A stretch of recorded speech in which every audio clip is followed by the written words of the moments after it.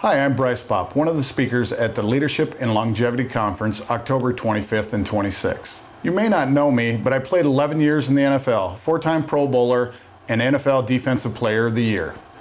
You would think with all that experience, I would know how to coach, but I found out it's a little harder than what you think. I went into coaching thinking that I had to be somebody that I wasn't, and that didn't work out very well. One of my first experiences with coaching was observing another team. And what I found out was a lot of times we expect people to know what we're talking about, but we need to break it down for them. As I said, I observed the other coaching staff, and there's kids that we're supposed to contain, they're defensive ends. And the coaches just kept yelling, contain, contain, contain.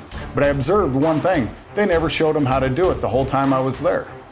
I went into my coaching career basically with the same mindset. You know, if I tell them what to do, then they should automatically know what to do and they'll follow me. But it didn't work that way. So I went into my second year coaching and we ended up the first 3 games 0-3 because I expected them to know how to lead, how to do their job, and I didn't show them. So what happened? Why did we start out 0-3? Basically because I assumed things, I became someone that I wasn't, and I expected them just to read my mind.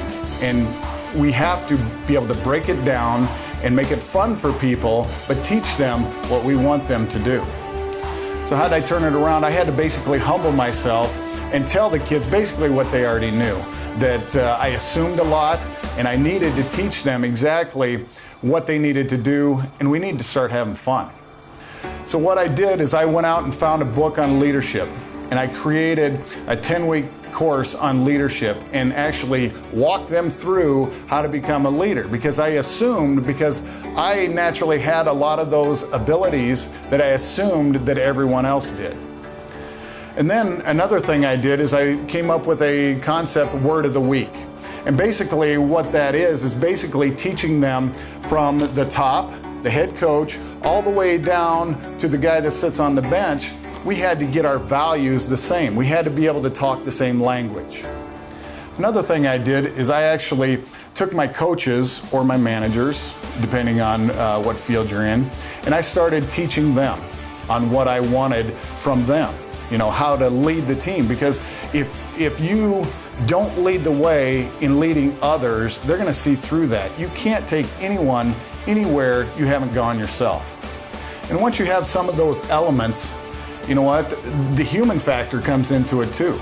And this is a cliche, but it's so true. People don't care how much you know until they know how much you care.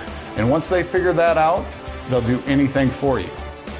The last little clip is the one thing that we're actually implementing now is, you know what? We pick out one thing and we make that a habit.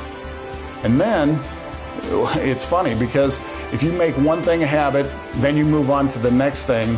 When you're tired, when you got so much stress going on in your life, you fall back on your old habits. And when they are good, they carry you through.